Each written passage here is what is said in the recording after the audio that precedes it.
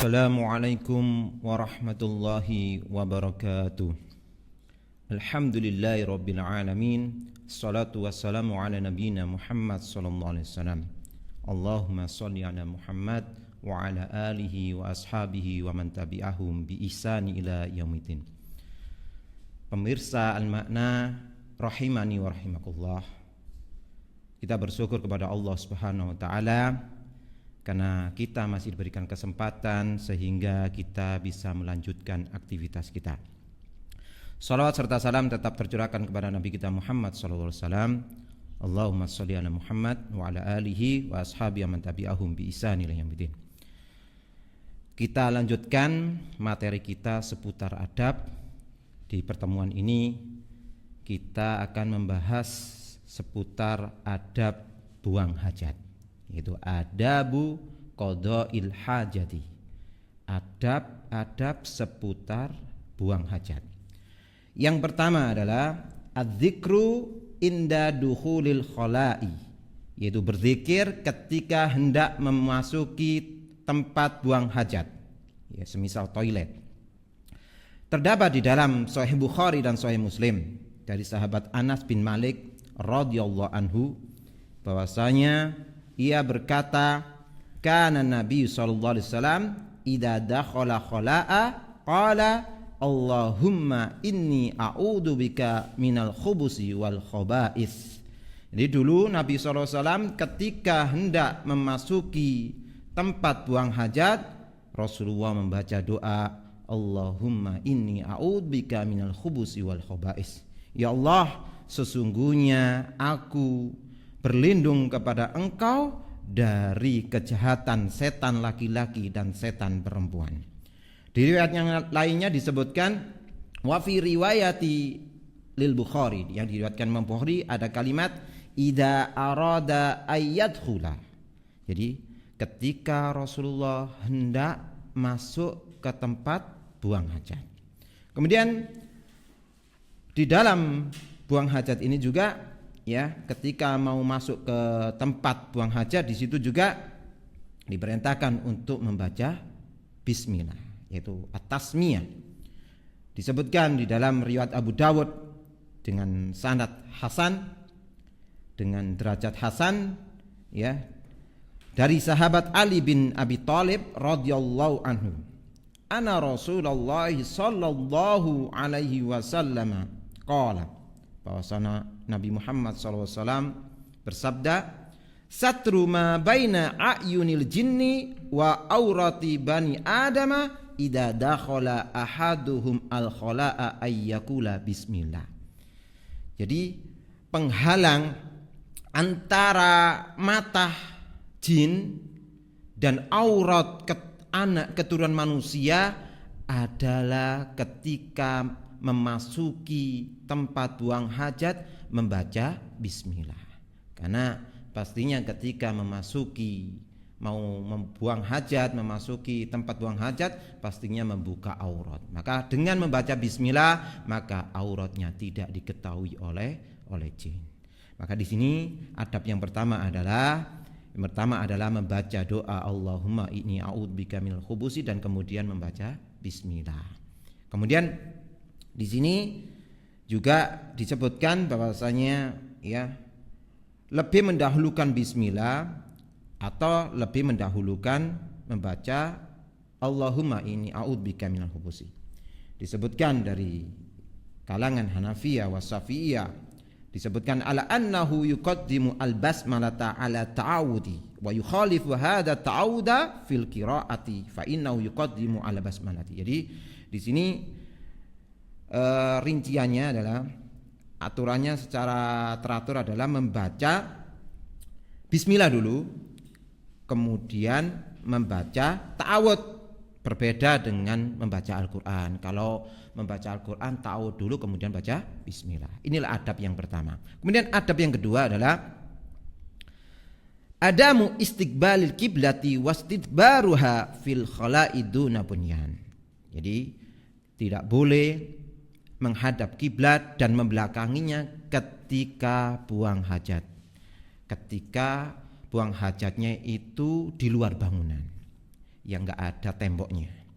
Terdapat di dalam Sahih Bukhari dan Sahih Muslim dari sahabat Abi Ayyub radhiyallahu anhu qala Rasulullah sallallahu alaihi wasallam, Rasulullah SAW bersabda, "Idza ataitumul ghaita fala tastaqbilul qiblata wala tastadbiruha walakin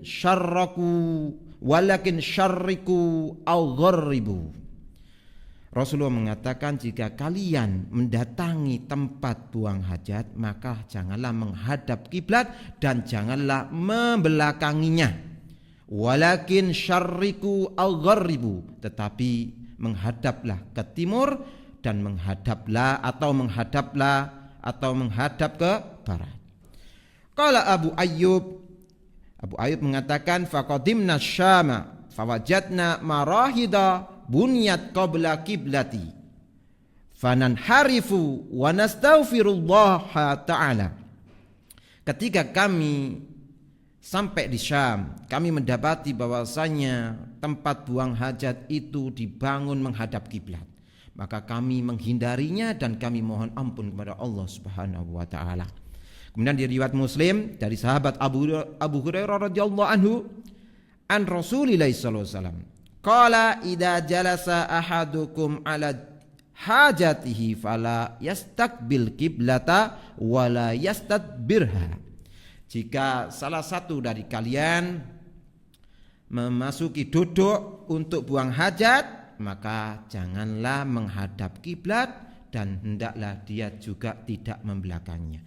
Dua hadis ini menerangkan bahwasanya larangan ini secara mutlak, baik di bangunan maupun di luar bangunan. Tetapi ada riwayat yang lain yang menyebutkan bahwasanya larangan hanya di luar bangunan, sedangkan di dalam bangunan itu tidak apa-apa, tidak masalah.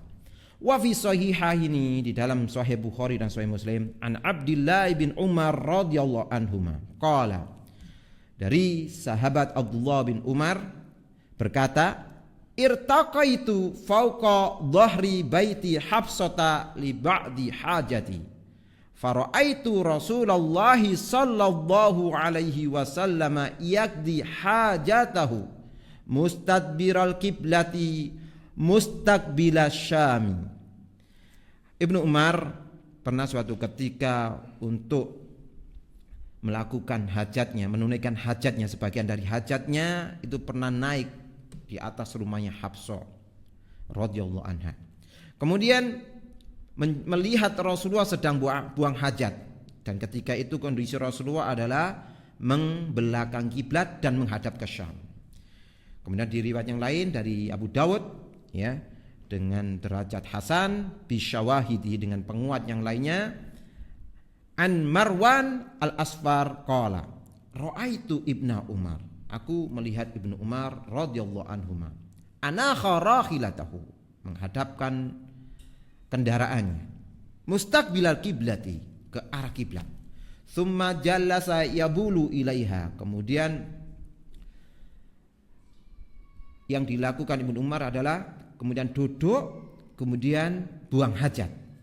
Fakultu, maka aku bertanya, ya Aba Abdurrahman, alaisa qad nuhiya an hada, wahai Abdurrahman, bukankah Rasulullah telah melarang hal ini? Maka kata Ibnu Umar, bala innama nuhiya an dalika fil fadha'i fa idza kana bainaka wa bainal kiblati syai'un yastaruka fala ba'sa. Maka di sini kata Ibnu Umar, ya, bahwasanya ya, Rasulullah melarang itu ketika di tempat yang terbuka, di tempat yang terbuka. Adapun ketika tempat itu tertutupi, ya, ada pembatasnya, maka kata Ibnu Umar fala ba'sa, maka itu tidak apa-apa. Maka di sini ada perbedaan pendapat di kalangan ulama. Salah satunya di kata Imam Abu Hanifah, di sini disebutkan bahwasanya, ya, terlarangnya ini di bangunan maupun di luar bangunan. Tetapi jumhur ulama mengatakan bahwasanya larangan ini hanya ketika di luar bangunan, ketika enggak ada yang menutupi ketika tidak ada yang menutupi. Inilah adab yang kedua. Jadi larangan menghadap kiblat atau membelakangnya, tapi ini larangan ini ketika di luar bangunan. Adapun di dalam bangunan itu kalau sudah dibangun maka tidak ada larangan. Tapi kalau belum bangun lebih baik tidak dihadapkan ke kiblat. Kemudian kita masuk adab yang ketiga. Adamu istiqbali mahabbir rihi, tidak menghadap ke arah angin atau melawan angin. Jadi ketika kita buang hajat tidak melawan arah angin. Di sini terdapat riwayat dari Imam Muslim an Ibni Abbas qala mara Rasulullah sallallahu alaihi wasallam ala qabraini. Suatu ketika Rasulullah pernah berjalan di antara dua kuburan. Faqala, maka Rasulullah mengatakan innahuma yu'adzibani wa ma yu'adzibani fi kabirin. Sesungguhnya orang yang ada di dalam dua kuburan ini sedang diazab. Wa ma yu'adzibani fi kabirin, dan orang ini, kedua orang ini tidak diadab dengan sesuatu yang besar. Maksudnya adalah yang sulit untuk dihindari. Yang sulit untuk dihindari. Jadi orang ini menganggap sepele perbuatan itu, tapi dampaknya besar. Dampaknya besar. Yang seharusnya dia hindari tetapi tidak bisa dihindari. Amma hadza fakana la yastanzihu. Adapun orang yang pertama ini adalah orang yang tidak membersihkan air kencingnya. Jadi tidak bersih. Ketika kencing tidak bersih.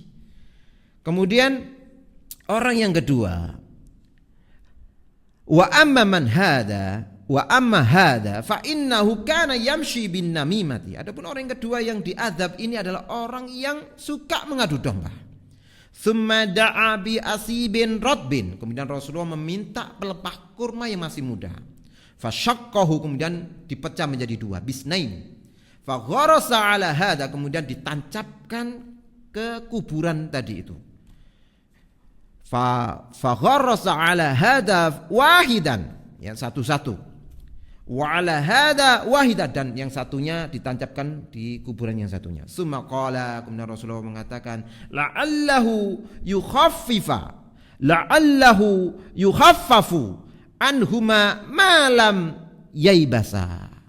Rasulullah mengatakan dengan ditancapkan pelepah kurma yang masih muda itu semoga diringankan dari adab-adabnya selama pelepah kurma ini belum kering. Ini kekhususan bagi Nabi kita Muhammad SAW, karena Nabi kita Muhammad SAW mengetahui, karena oleh Allah diberikan ilmu, diberikan keistimewaan bisa mengetahui apa yang terjadi orang yang ada di dalam kuburan itu. Adapun kita tidak mengetahui apa yang terjadi dengan orang yang ada di kuburan itu.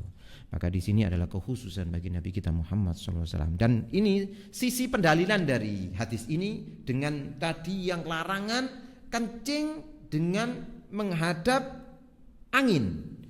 Ketika menghadap angin, apalagi banyak orang kencing itu sembarangan di pinggir jalan, itu ya, kadang nggak ada penutupnya.